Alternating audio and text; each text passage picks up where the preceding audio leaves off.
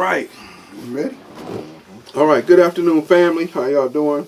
Sorry about last week. We had a little bit of a family situation to come up, so we missed y'all last week. We hope y'all join us again this week and just stay locked in. And if not, if we miss for some reason, then just go back and check out the old episodes of our show and stay stuck with us because we ain't going nowhere.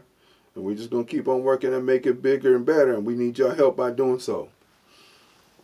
My name is Brother Elliott McCants. This is Black Watch with the host of the most, Brother Mickey Jordan, who that's Uncle Mick. So he be bringing in all of the political news. And so in part of this show, I know he's going to catch me up on it, on some things that, of course, I missed because as much as I bug him about going to council meetings, he tells me it's a waste of my time and a waste of my brain matter. So we ain't got time to lose that. So, so let's jump back in, right? So as we can tell, we've had a bit of tragedy, and I don't know whether I should be speaking on this or not, but I'm going to say it. We've had a bit of tragedy in our community with young people.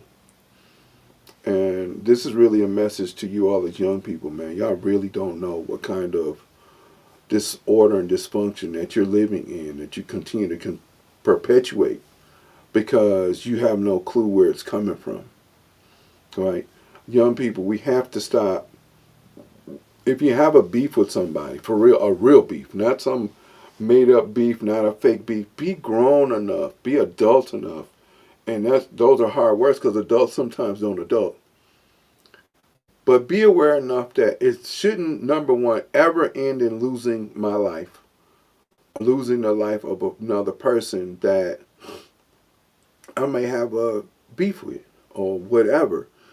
And it's okay to have a beef, but what is not okay to do is react on it emotionally where somebody is either has lost their life forever or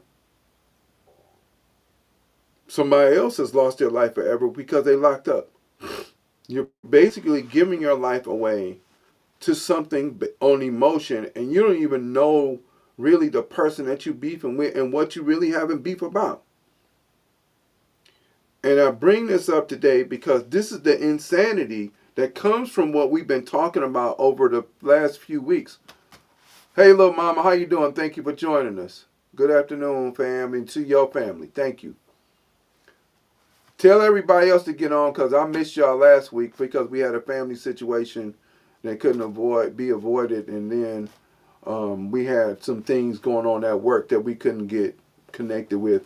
And I don't want to keep Uncle Mick out late at night because I don't want to hear Mom fussing about me having him kept out all night long, talking all night, even though she knows that's all we do is talk. That's my little side joke. But we have to, man, if I got a problem, there's two choices. I have two choices. If a person doesn't offend my family, and I don't care about you talking about them, you can talk all you want to, but if you make an action or a move, then I'm going to defend them. That's number one. If that's not the case, you talking mess all the time, you talking trash all the time, you can talk as much trash as you want to. That's fine. I don't care. But as soon as you act on it, there's going to be a response. That's one. Number two, children are completely off the radar. If you have a beef with me, what is the beef that you have with me?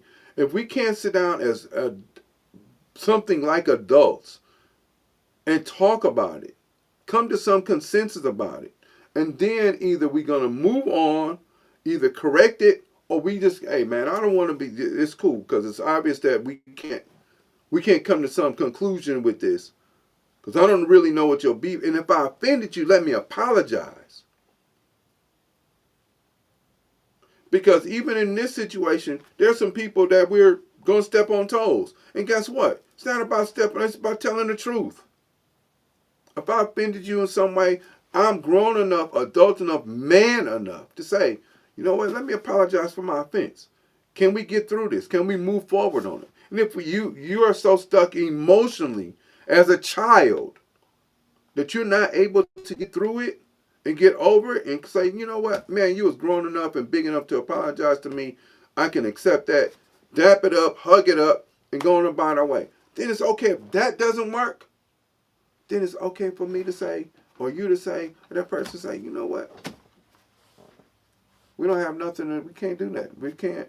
We ain't gonna get past it.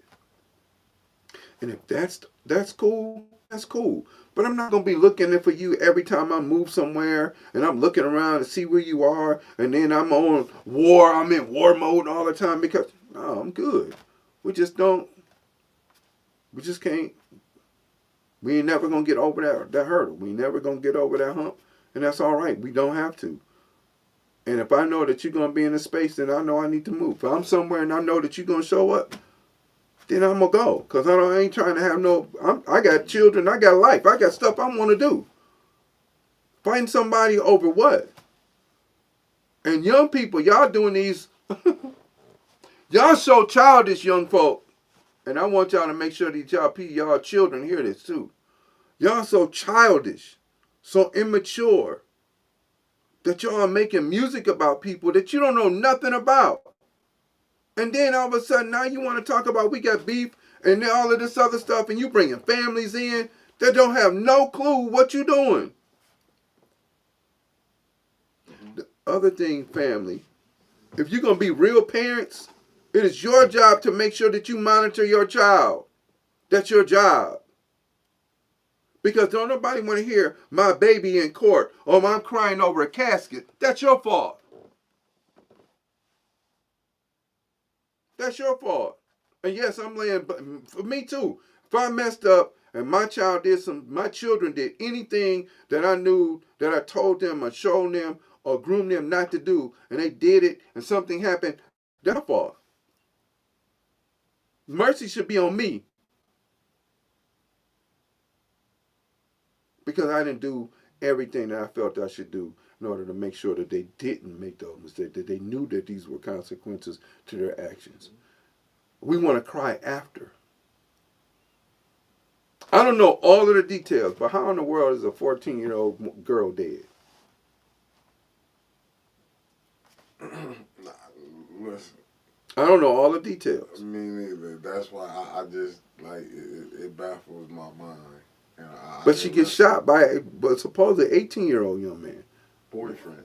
It was, That okay, so we do know that was her boyfriend. yeah, I didn't understand that neither. My daughter's 18. My other daughter's 22. I have grown daughters. I know all of their stuff. All of their dudes that they ever dated. They had to come see me. They wouldn't date nobody I didn't know about or find out about. So how do we let that happen? How does that become okay? The number one, he's 18, she's 14. That's against the law. That's statutory. Number one. And number two, he gets so whatever that he becomes such a child that you're supposed to be grown. Well, you're not grown until you're really grown. But you take this girl's life.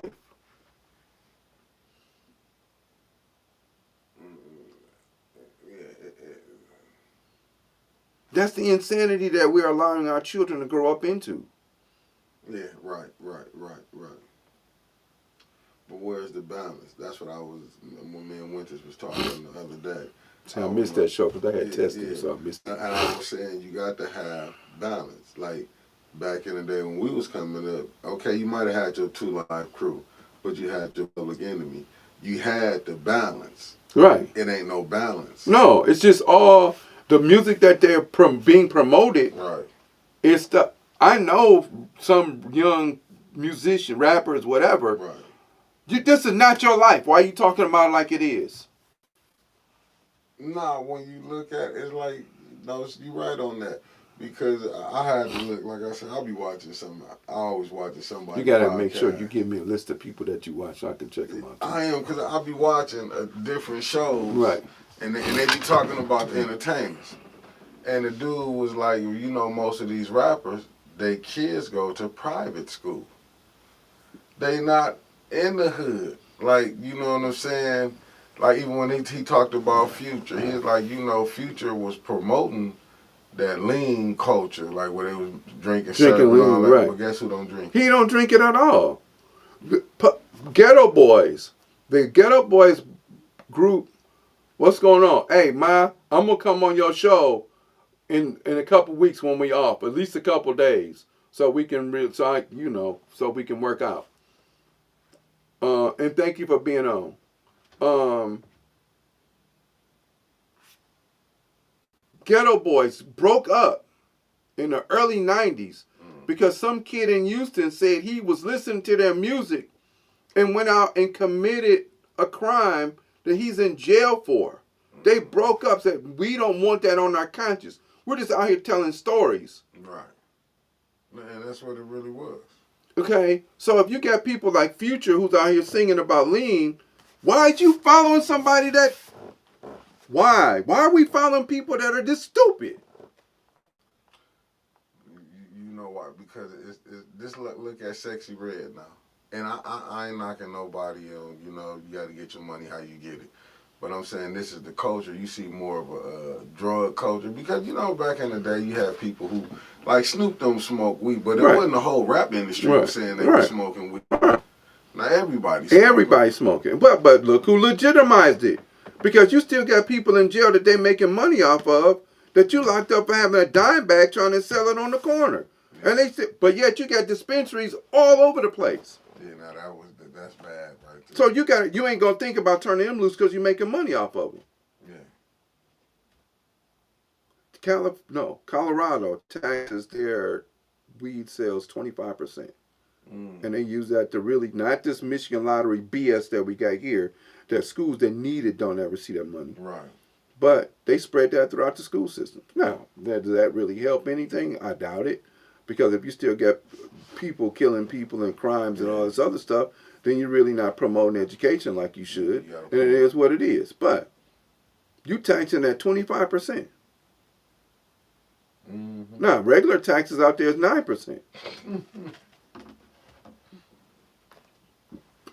I ski. So when I see skiers and we out in Colorado, they smoking, toking, doing it. That's cool. That's what y'all do. Right. Not a problem. Right. But I know it's getting taxed at 25 cents on the dollar. That's y'all thing. Hey. But where are we not educating our children that this is some falsity? Yeah. Why in the world is an 18-year-old dating a 14-year-old? And nobody's checking it. Nobody's cutting into the boy. Nobody's cutting into the girl. Nobody, neither one of the parents meet. And I get it.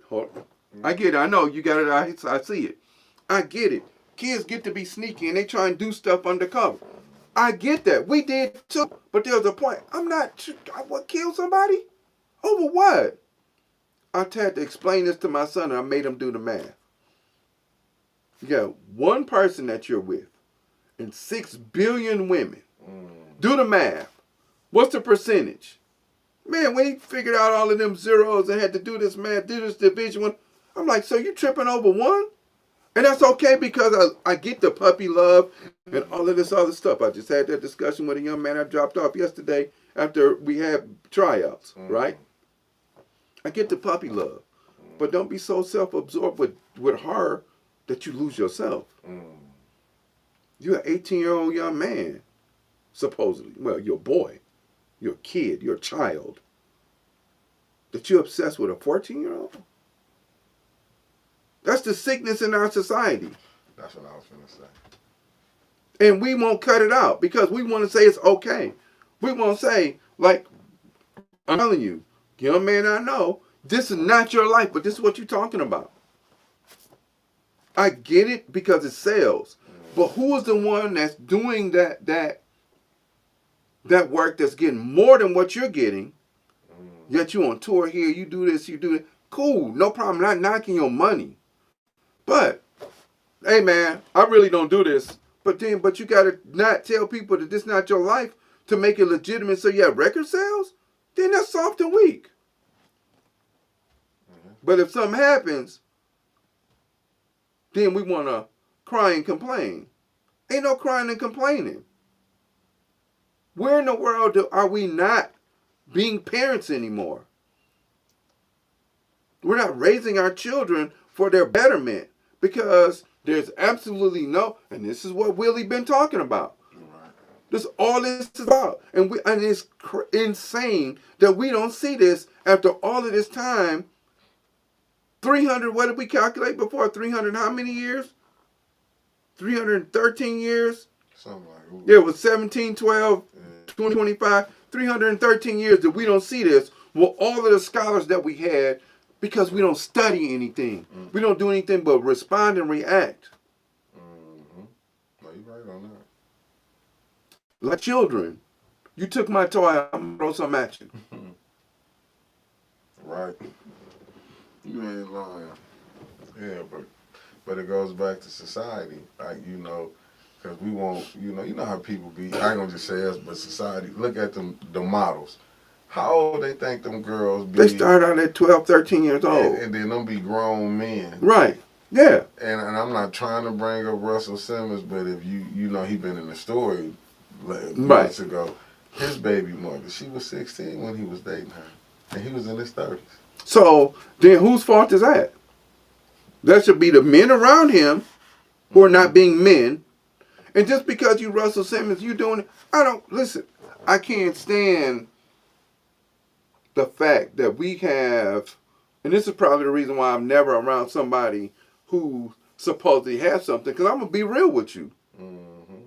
I don't care nothing because you making money, now you can live a decadent lifestyle, so you want to, only because you got money, where otherwise you wouldn't even do that. Mm-hmm. That's not your, so there's this man that I follow, he's American Muslim. And he says, nobody would have a complaint if everybody had the money to live a decadent lifestyle, unless you're a right and righteous person. That was so profound. That was profound. Because if everybody had the same amount of money and could do what they want to and be on both parties, have these parties where they doing whatever they want to do and all of this other stuff, nobody would complain. People have gated communities. Why? So I can keep stuff out. So I can keep stuff in and keep stuff out. Mm-hmm. Same thing with private parties. Yeah. That ain't just saying having a private party without having the best of everything there. And who knows what kind of crazy stuff that you're doing back there. Oh, yeah. We can have an idea because they show us on movies. Right. But at the same time, even when they showing us on movies, if you add 2 plus 2, you get 4. Right. You can know this story came from somewhere because it feels so real. No.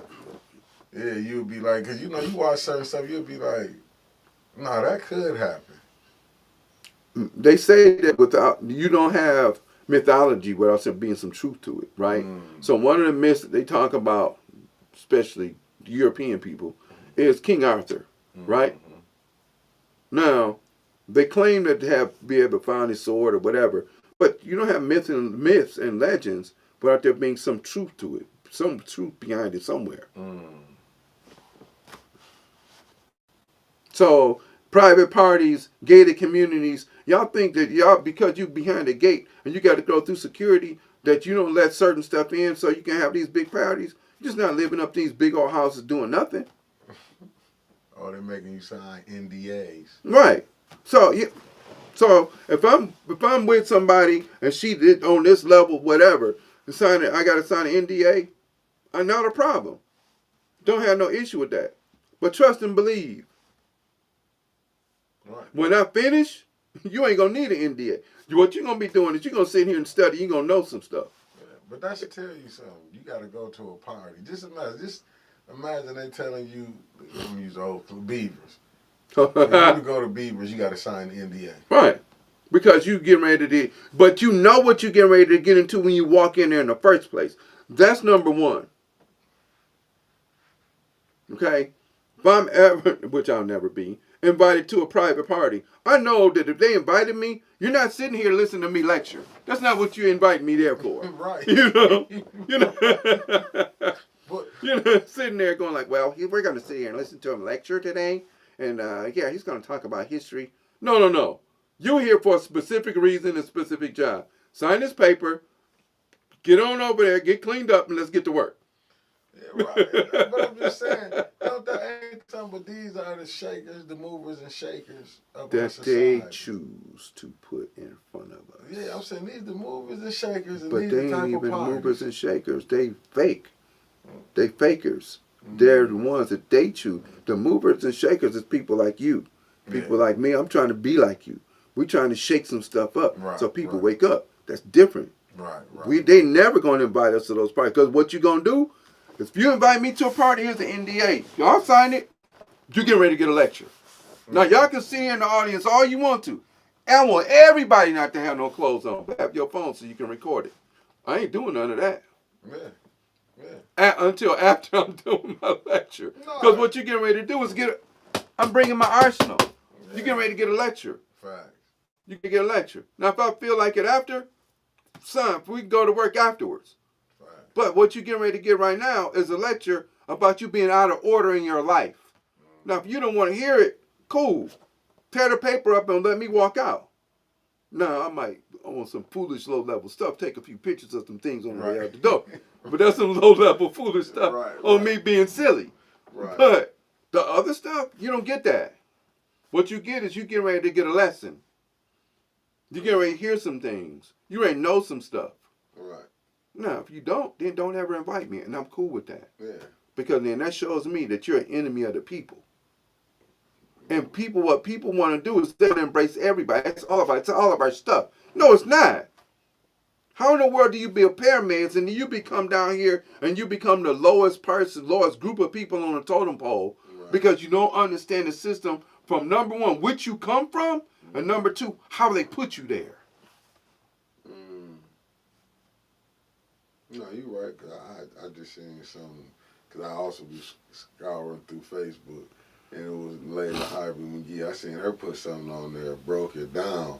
I was like, damn, we really not like you always say. I said, we really don't do no studying. No, we don't study absolutely nothing. So anything that anybody tells us, we find it's okay. Yeah. And I'm not knocking like Dr. Umar Johnson, whatever. Cool, no problem. Go study. Yeah. When he came here, he was like, hey man, you gonna stay? For what? What is he talking about that I don't know already? And I'm quite sure there's stuff that I do know that he doesn't. Right. Not knocking him. Use your platform for what you're trying to use your platform for. Yeah. You're trying to make us better to some degree in some ways. Jalen Rose doing it, a few other people doing it, LeBron James doing it. Cool. Not a problem. Right. But where are we studying at all? We're not studying anything at all the time. No, you got a point. How in the world do you send your children to school not knowing their basic stuff? That's your child, not mine. And then if I cut in your child because your child cutting up, then you want to jump on, oh, I'm the parent. No, you're not. Because you're not being a parent. Right. Your child should not come to school, number one, hungry. That means you got to get up off your butt. Don't stop at McDonald's. Go cook because that food is trash too. And we know that. That's number one. Number two, knowing things. Number three, when they come home, what do you do? What did you do in school? What are you learning in school? What you're learning? What are you doing? Number four, okay, since you don't want to talk, I'm going to talk to your teacher. Here's my phone number. Call me. I send it home every year. If they don't call me, I'll call them, but I don't want to call you if there's issues. I don't want to call you because there's issues. I want to call you because we're having a conversation about how to make your child better. And then you got parents and, well, I'll just take them to another district. What's another district going to do that you're not supposed to be doing in the first place? Yeah. That's your job. You created the job. Them up. Yeah.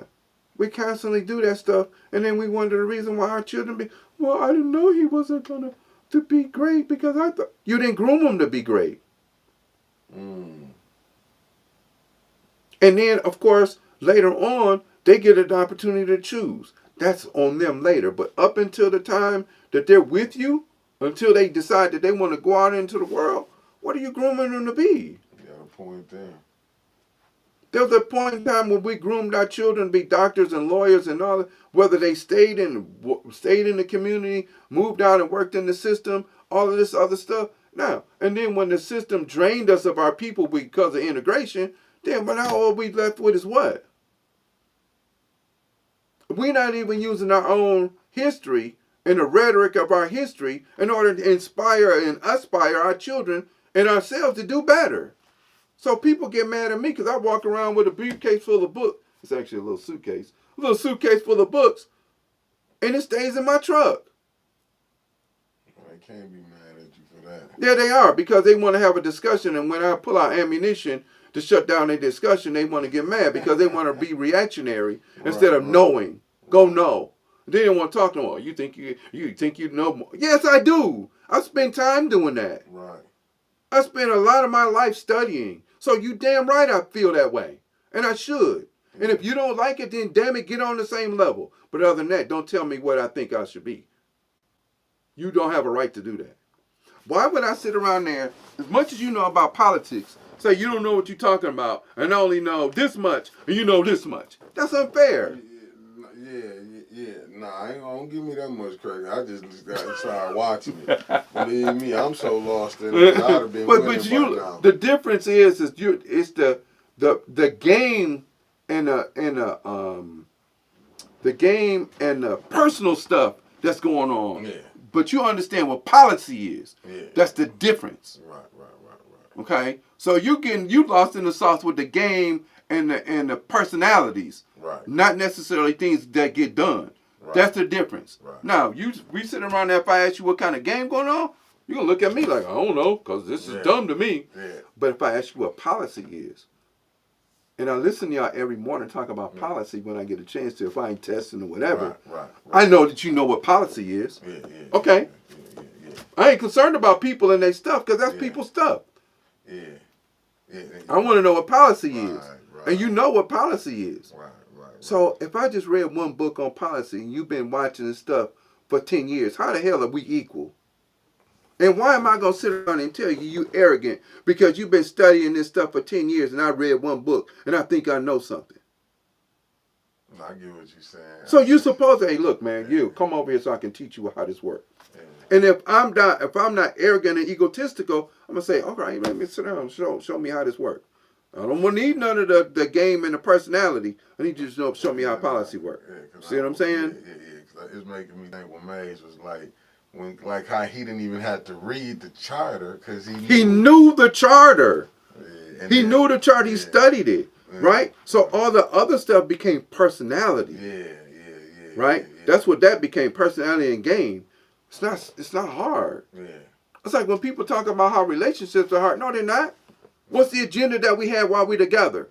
And either we're going to focus on that agenda. Right. It's the same thing in city council, same thing in the mayorship. What's the agenda for the city? Right? So we're going to circle all of this back because this is all inclusive, talking about our children because they're important too. Right? So what's the agenda for the city? Whoever needs to lay that out, the council needs to follow it. Because you need to make sure it's for the best interest of the people. And if you're not there in the best interest of the people, then it's personal. And if it's personal, then what happens is your personal agenda gets in the way. What did we say before? If you have an agenda, and that means if you're taking care of us over in whatever ward or region that we live in, we're going to support your agenda later on. We know things are going to change, but because we got what we needed here, then we'll support that. Right. Why in the world do we have a group of people that send their kids to school and have no clue what the heck their kids supposed to be learning? Why are you putting that much power in my hand? But the only time you want to flex your power is when your kid is out of order, and then when your kid's out of order, then all of a sudden you want to come. I know we talking in circles, but y'all got to follow. Then all of a sudden you come back and say, what's wrong with the teacher? No. Don't ask me what's wrong with me. It's my job. I've been doing this for damn near 30 years. I'm sorry I'm cussing. I've been doing this for damn near 30 years. I've been studying since I was 12. So ain't no dang on way you're going to sit around here and tell me that there's something wrong with what I'm doing with your child. You better correct your child. Right, you got a point on that. Because an undisciplined child leads to this crazy stuff going on in our community. 14-year-old girl is dead because she got an 18-year-old boyfriend. Kids out here diss tracking each other and can't spell diss track. Right. And I ain't trying to laugh, but I'll be messed up when I see that. Like they just had a thing on the Flint school system. Went to share it in her group about. She didn't share it with me, so I don't No, know. it, I'm no, it gonna was in fuss her with her. group though. She didn't share it with me. It was in the group, All right, but it went was to. just showing how like where the kids like where they reading up like comprehension for graduation rate, and it's just like okay. I got a question for you. Do we need the Department of Board of Education? How you feel about that?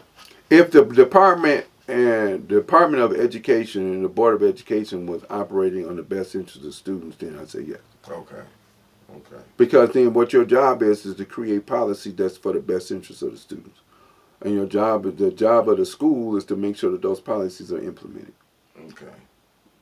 Now, I'm not to say the board, but I meant to say Department of Education. What they talk And about with Trump want to defund it or something. He want to because there's a small percentage of federal monies that come down, Title I money, Title IIs, those types of money. There's a small percentage of money that comes down per student. I'm gonna send Tim Black show to you. Yeah. Because he had a teacher on there. Okay. And that's the teacher was like, "No, get rid of it." And the reason he was saying get rid of it, he said because it didn't come into play until 1980. Well, I think Jimmy Carter 79, but Reagan really got because he became president. And he took over in 80, right. And he was saying that's really what we got. No Child Left Behind.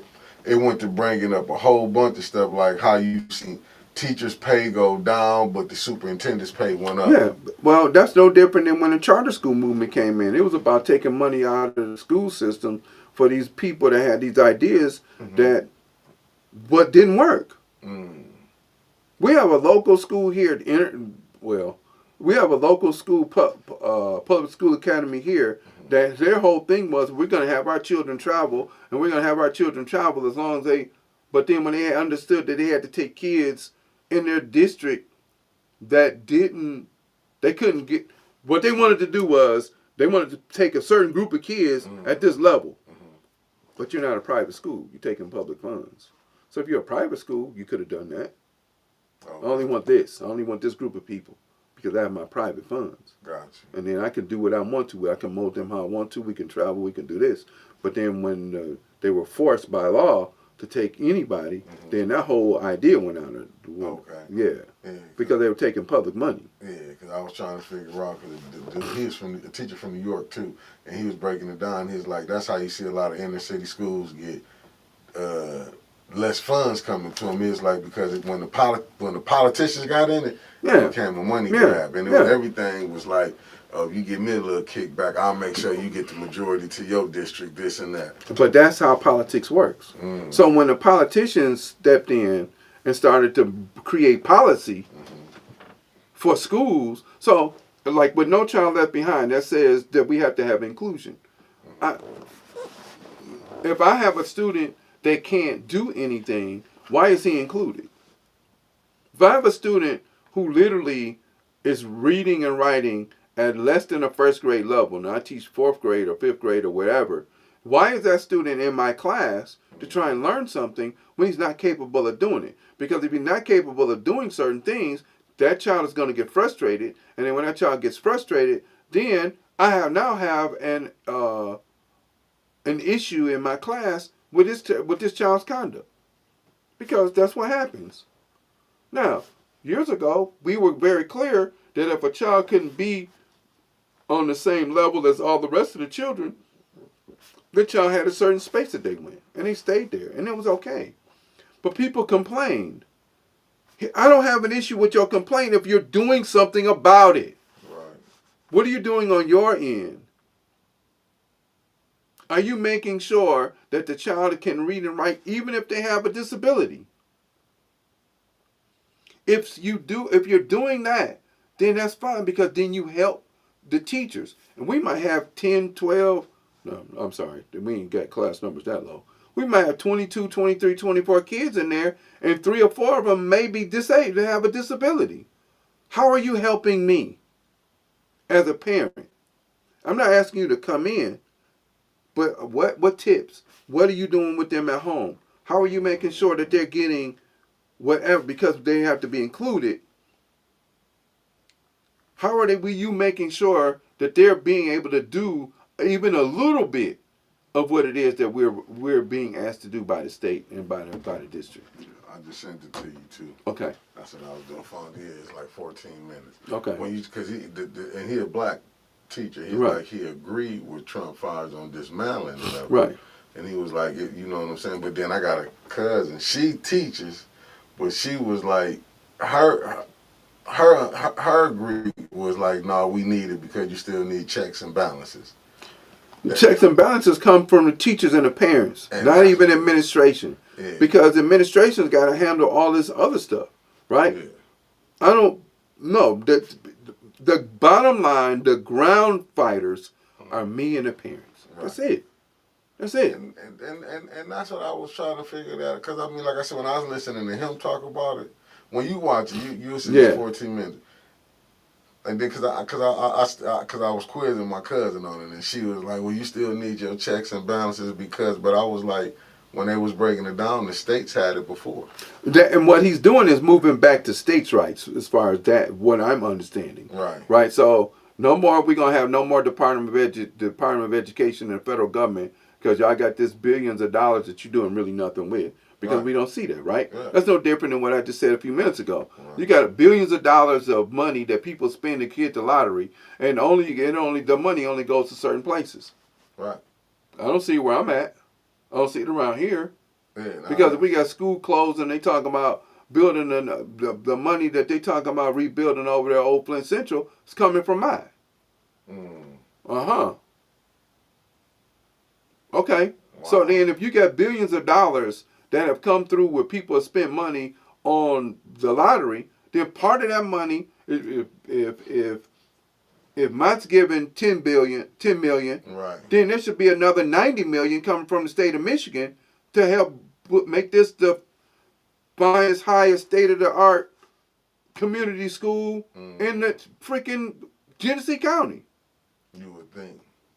If you're doing what you're supposed to do properly. When you watch that, because it's longer, but like I said, I got the 14 minutes. Okay.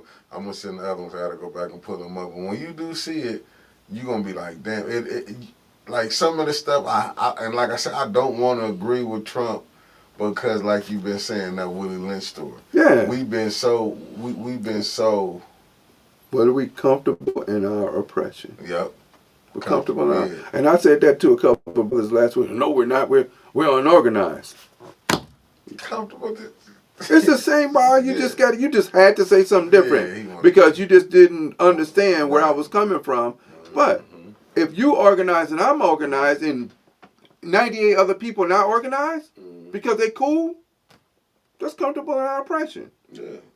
No, that's what it is. But they get people to look like me and you that'll go out here and lull us back to sleep. Because, like I said, you got Jasmine Crockett. And I'm glad on this, because you go look what the Democrats, Chuck Schumer and them just did when they folded for the you know, and then I was trying, because even I'm going to send that to you with Tim Black. He didn't look, but then I asked, did we really want to see them not funding it and everything go down? Like, this is what I don't get. So then if they don't fund it and we complain about the level of education, and we complain not only when our children get in trouble. Right. We don't complain when they can't read and write and when they graduate. We don't do that. Right. Then hopefully that forces us to say, you know what? When we after church service, we're going to have such and such. We're going to do this thing after church. Or we're going to open the church doors up because apparently, because those are the only places that we have access to. Right. I know we're supposed to have 1 or 2 community centers around here or whatever. Right. But I don't think they're going to be open up to be able to do that. I don't think that that's what their reason is. I haven't asked, but I would just prefer to have my own spot, honestly, and I would eventually figure out how to do that unless somebody's willing to say, look, we got a building over here that you can use and we can use it for this, because there's several schools around here that we can say, look, let me get this school and still whatever. We can still be part of the community system, but you're not going to tell us what to do. Yeah, because like I'm saying, how everybody panicking, we ain't going to do this and that. Like what you just gave a solution. We don't want solutions. We want band-aid, we want to cry, but we're going to go right back to being comfortable in our oppression. Right. And that's what I'm saying. Like, ain't nobody like their parents. You just said, look, we got all these centers. What did the Black Panthers do? Man, with nothing, bro, with nothing. They did it on their own. And see, that's the other part that they don't want us to really go back to. And we're not going to go back to because it requires to do work. Mm-hmm. It requires us to work. So we're not, once again, we're comfortable in our oppression. We don't want to do no work. So we're fine with complaining, Yep. blaming somebody else. Mm-hmm. I'm going to complain that my child don't know. Mm-hmm. I'm going to blame the teachers for not understanding my child, but I didn't put in no work in order to make sure that my child came in at this level of no. I didn't put in any work. Like, I'm just with some of this. The truth. Yeah. But with some of my own children, it wasn't the fact that they didn't have support. It's the fact that they chose not to use it. They made that choice. Yeah. That's not my fault. No, it was something my cousin said to me this morning that I was just looking at it. He was like, far as with kids, he was like, you know, maybe it just take this person a little longer to get it. And you just have to take a little more time with this person. Yeah, but if you're intentional in the beginning, right, then they get it quicker. If you're intentional with, okay, at 3:30, 4 o'clock when you get home, right, you get you a snack or whatever, and then we're going to sit at the table like we used to do. We had to sit at the table from 4:30 to 5:30, and all right, and we're going to work on this every single day, and especially if I know you're struggling with something. That's where I'm going to be very intentional and be focused on it. Once again, here's a solution. I'm not going to sit around and say, oh, you ain't got no homework. That's cool. You ain't got to have homework. I got you. Come on over here. We're going to get this book. Come on over here. We're going to get these colors. Come on over here. We're going to get these crayons. Come on over here. We're going to get this pencil. Come on over here. We're going to do this math. Come on. We're going to be very intentional. What y'all working on? We're working on fractions. Well, do you know how to write a fraction? You know what the numerator is. You know what your denominator is. You know how to add, subtract, multiply, divide. If you don't, then that requires you as a parent to become the teacher and be proactive in your child's education. right. All the way. Don't stop at middle school. It goes all the way until they graduate, and then they go to college. If you still are mentally capable, because most of us are, because the only thing that college is the repetition of what happens in high school until they get focused on a particular. But if you help them through their first 2 years of college, you got them. We straight. Yeah.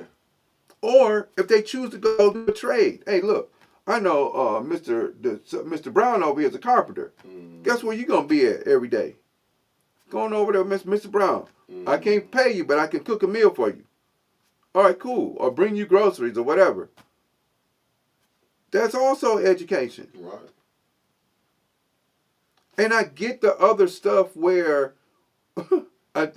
sidebar real quick, okay? I get the other stuff where we have issues of trust. I get that. Right. I'm coming from out of a store one day. See this guy, I knew he needed a ride because he looked like he needed a ride. So I go in the store, I come out, I was like, man, he gonna ask me for a ride. I just heard it. I heard it. He gonna ask me for a ride. He comes over to the truck, asks me if I would take him over to Little Beirut, which is, I live around the corner from Little Beirut. First thing I told him, if there's any BS, you're not going to make it. Because I don't want to give you a ride. I don't know you. I don't pick strangers up. I'm a Catholic. I don't care nothing about you being a Catholic. Catholic people been on BS too. Facts. Okay, so I let him know. And I had my friend with me in the car, under my leg, that if you think about it, we had a decent conversation. Right. You know, it was only a 2-minute drop off. I pulled over around there where he was going to. I turned around, dropped him off. And when he turned around, nobody came out of the house on some mess. I put my friend up. I went on back home. Right. But typically, people want to be on mess. Oh man. And I get the fact that once again, that's done by the system, right? Now, if it had been somebody that looked like me, it'd have been, hey man, come on, let's go. But if you mess up, you still get the same treatment. Right. You get the same treatment as a dude that don't look like me. Yeah. Now, I may not tell you don't be on no BS. Right. But come on, let's go. Right. But if you choose to be on BS, you still getting all of that smoke. Right. All of it. No, you're right. You're right. But I'm going to trust you because you look like me. No, you know what? That right there, mine wasn't nothing like yours, but this one, but it's going back to the young people. I had to take my daughter to work every morning around about 6. So we usually, we usually hit the road by 5:30, 5:40 to get her to a job. When I tell you the worst mistake I made was stopping at a gas station at 6:05 in the morning. And I was going to tell this story tomorrow on the show. I swear. Man, when I tell you whoever this young girl was, whatever she was on, dude, she kept, the person that she was with, I had to go in the store and get him. Like, hey, man, she tried to hop in the truck with me. Yeah, I'm talking about, man, she kept trying to open the door and all that. She was so lit. Cause the car, but I'm in the truck, she in the car. Both of them was white. They was the only thing was identical. They was white. When I tell you, she went head first into dude. This how lit up she was. She went head first into the passenger side. I thought she put a dent in the truck, but she was basically up under the truck. Man, I had to pick her up. She was steady trying to get in the car, and I'm like, I know you can tell when somebody on something they head ain't right. I had to go in the gas station. This at 6 in the morning. Tell my man, hey man, come get your girl, man. She keep trying she trying to break in the truck. This at 6 because she didn't even know where she was going. Man, she was out of it. And what's the point? And at the end of the day, as many people that go through the stuff that they go through, right? When you wake up from the high, the pain's still there. Yeah, man, I'm talking about she went, seemed like she took it. It ain't funny though, but she was so lit up, and it wasn't no drunk. Like she, right. But I'm thinking she wasn't drunk. It was some other stuff. Right. When I tell you, man, this girl was like, was all falling all outside. I'm like, dude, I mean, I actually went in there, man, come get your girl. Even when I went in there to go get him, she still pulling on the door trying to get in the truck. Wow. Because she ain't know. And see, that's the lost stuff that, and sometimes we do it because we deal in that, right? Where we bring it into people and introduce it to people to make them something that they're already not. Or to bring out something that's in them that's already there. But if you're not, why do you need something outside of who you are? And remember when we talked about 42 admonitions of mine, it said you don't never do anything to alter who you are. Right. You don't ever do. If you take you a sip, that's cool. If you smoke, take you a little puff, that's cool. You should still be in control of who you are. Right. So when that high wasn't high enough. I got to get higher than that. Then we're altering who we are. And so then you get this other person who's trying to get into the wrong vehicle. Right. Almost, bust her face because she'd all messed up. Yeah. And where did it come from? Whether it was him or her. Right. That made that so that she could be that way. I mean, I ain't seen nothing like this. Like I'm talking about when she went head first into the truck, man, she was up under the front passenger side wheel. Basically was up. I thought she was out. And I mean, I'm trying to. She was dead weight. Man, I got her right up though because I was nervous. I'm like, man, I don't want nobody to come out here and say, like, oh, you hit her. Because she was up under the wheel. You're right. You know what I'm saying? So I called myself, get her up. But then I had to think about it because I remember I had called my girl. We on the phone. I'm like, I want her to listen for it won't be no funny stuff. And see, that too is crazy where you can't help other people in your humanity. Right. that you got to make sure that you do this to cover yourself, right? Yeah. Because I'm going to put you on the phone because I don't know, or the cops stop you. I'm going to put you on the phone because I want you to hear. Yeah. We getting that horrible? Yeah, you have to watch because anything, a person can come out and say, oh, he was trying to touch me. You know what I'm saying? Yeah. And because everybody want to quick come up on something. Not talking about how I was drunk or high or whatever I was on. That's it. And then you have lawyers who will say, I'm going to take your case because I can make money out of it or get notoriety. Right. Instead of saying, what happened? Well, I was, no. Tell me what happened. Was you drunk, high, whatever? I'm not taking this case. That's dumb. There ain't no case there. Oh, you know what I'm saying? The only good thing was we was at the gas station. Mm-hmm. I had to be the one, hey, go back and pray that they ain't get rid of the footage. I had to be like, go check the footage. You will see how she fell into the car. You know what I'm saying? But it's just like when even if it was a man, I'd have been like, dude, like, when do you, like, you got to be that high? Like, where you don't. Well, I mean, this system caused us that much pain where that's what we figured we do. Yeah. And not only that, we not only are we trying to do that to ease our pain, but we're also trying to do that in order to destroy ourselves too. Because that's what the system wants us to do. The more people you keep asleep and drunk and doped up and all this other stuff and put in jail and dead, the easier it is for, what did we say at the end of the letter when they were thanking us for doing their job? And we good at it. And we better at it than them. Yeah, no, you telling the truth.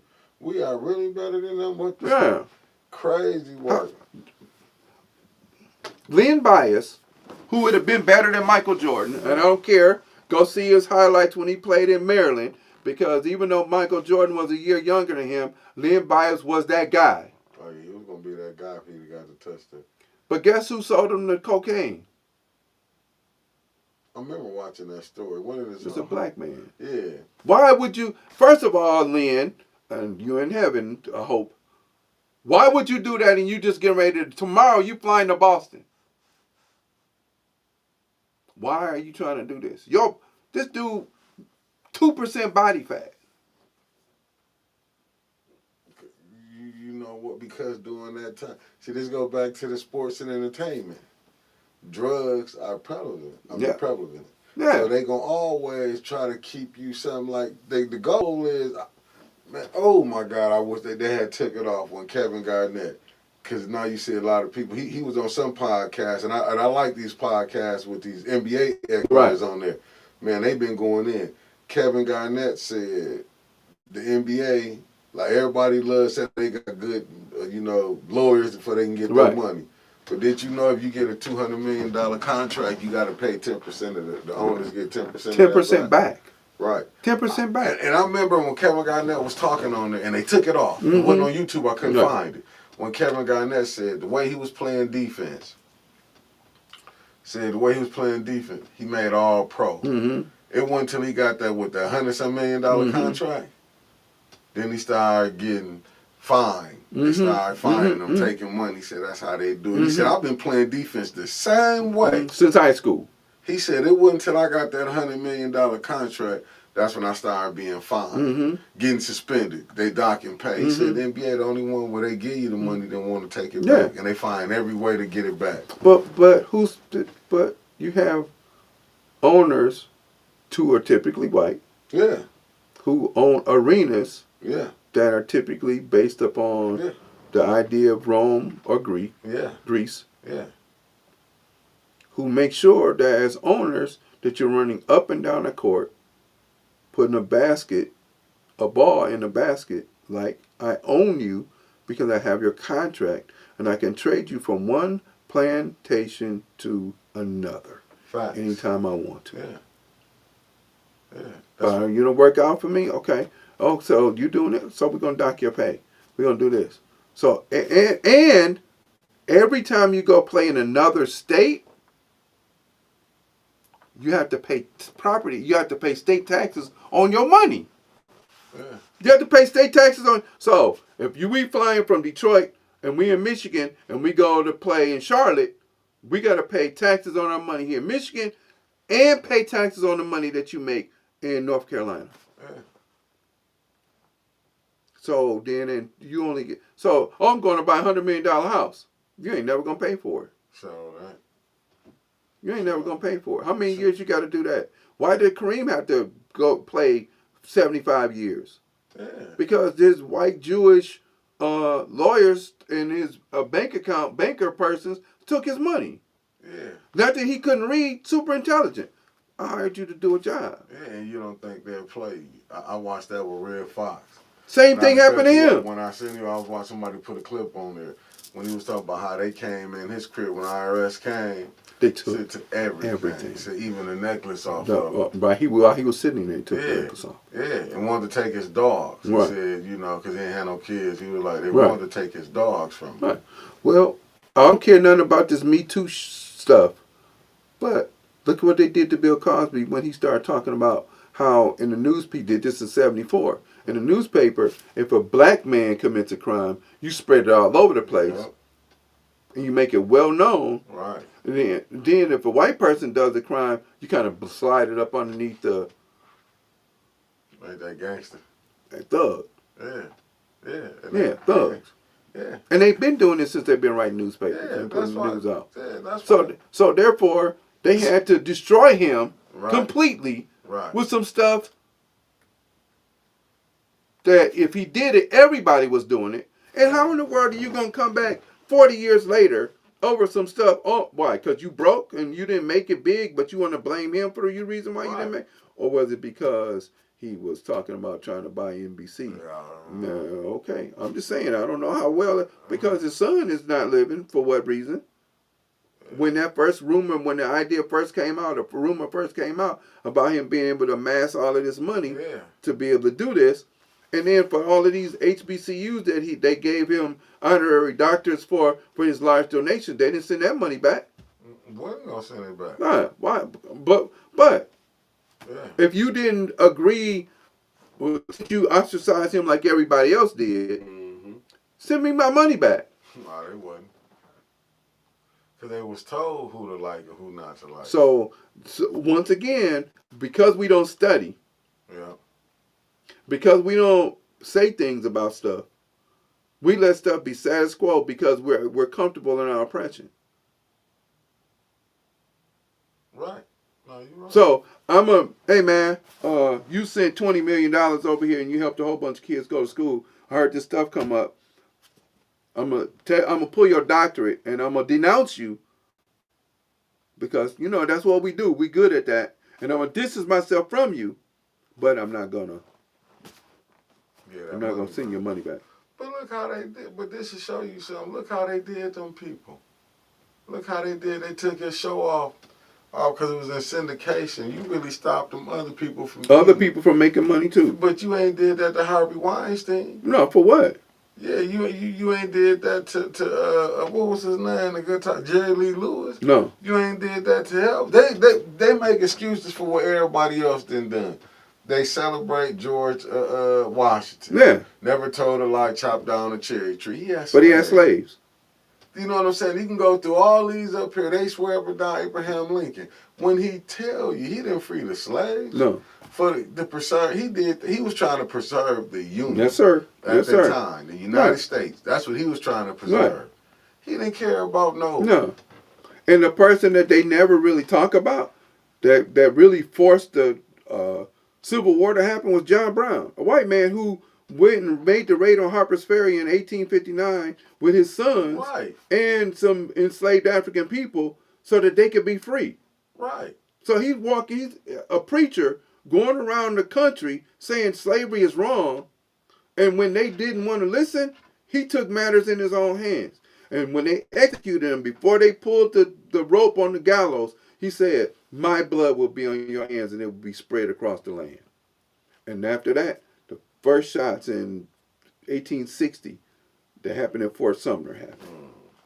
But no, Lincoln was never ever. That's the reason why the war happened so long. And what you did was you turned around, and whoever the vice president was after him, because when he got killed, you gave the Southern plantation owners money. Yeah. For every $40,000 for every person Oh man, I gotta give you this dude name. I'm gonna send it to you, but it's on my page. Yeah. When the person was talking about how they had all the black, cause during that time they made a lot of the blacks, but what it said it was the North was getting back at the South. When they made all them blacks, they was congressmen and stuff. And the I just saw that. I saw that. Yep, that's smart. Page. I think I sent it to you. Yeah, and I put it on my page. Okay. The dude said, and that black man said, "No, y'all sitting up here. These was the new coons. Right. They was the ones selling them out. He like, y'all not voting. I'm gonna see if I can find it. Yeah. Yeah. Because he was in Mississippi, and what he did was he made sure that that they created what's called the literacy test, because they knew that 40 to 60% of the Africans in Mississippi couldn't read. So he helped them create a literacy test, and they said they loved him, and the white congressmen down there and the senators and the state representatives loved him because he helped keep black people down in Mississippi. I can't remember his name. I'm trying to note that. I was trying to find it. Because if I didn't send it to you, I know I did send it to somebody this morning. I put it on my page, but I couldn't. What was this dude's name? He was like, because they was talking about it.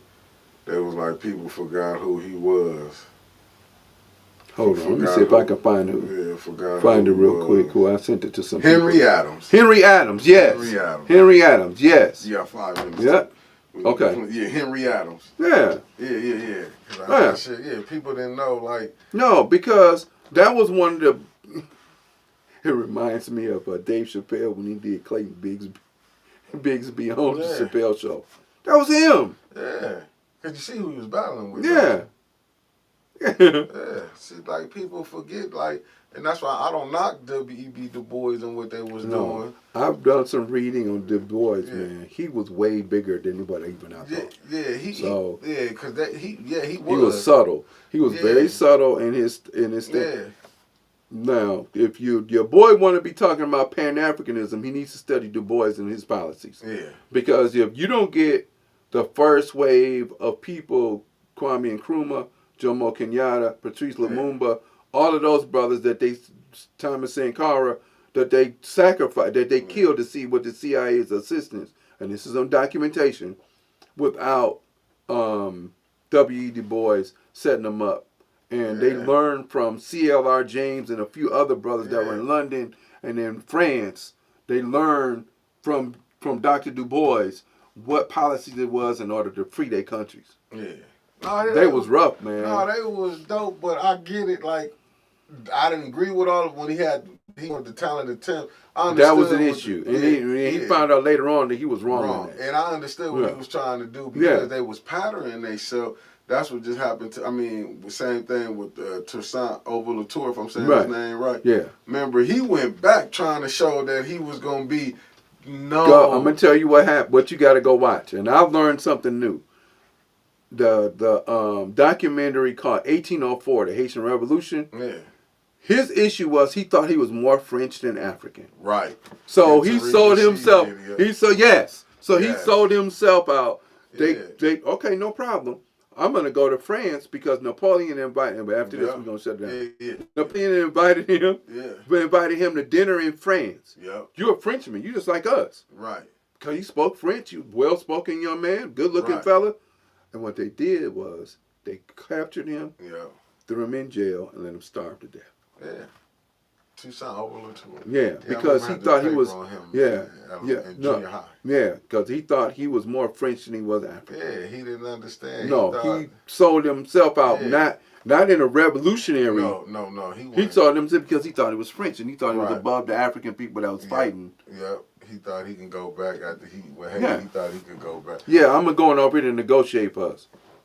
How you going to go on your enemy's territory by yourself to negotiate? Right. That's what he was thinking. Yeah. And it cost him his life. Yeah.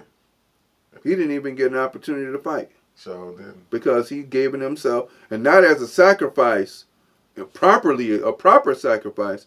He gave himself up as a sacrifice because he thought he was more French than he was African. African. And Haiti still been paying for that for what they did back then. For over 200 years. Yeah. They would have paid over $20 billion to them.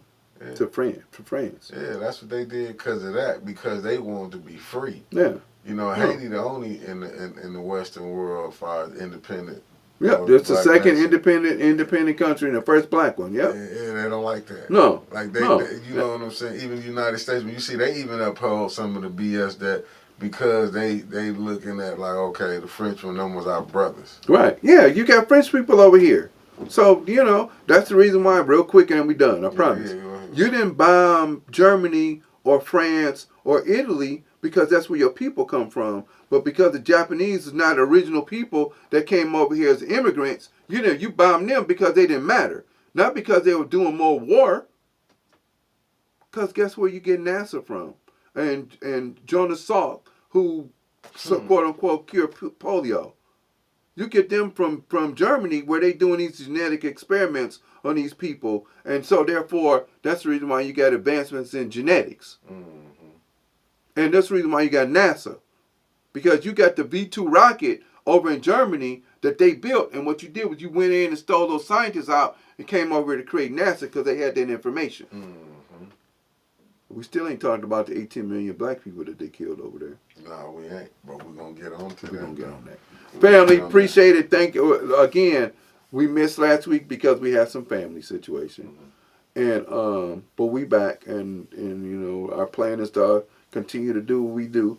And in the summertime, we can be on in the daytime. I'm gonna be hanging out with Miss Winters in a couple weeks, so we can. For this Tuesday. Yep. Okay. Yep. Even if we do a short bit on Tuesday, because now I got people that want me to help them tutor. Mm-hmm. I ain't mad. That's fine, not a problem. But hey, even if we do a short one, we're gonna make it happen. Oh yeah, we're gonna get active this summer. Yeah. Oh, this summer it's gonna be. They're gonna be. We're gonna make people mad. Yeah, we're gonna be. It's gonna be another red summer, but a different red summer. Yeah. All right, family. We appreciate you all. Check us out. Have a great Sunday. Do something with your children. Teach them something. Help them watch a movie. Do something. All right, fam. Peace.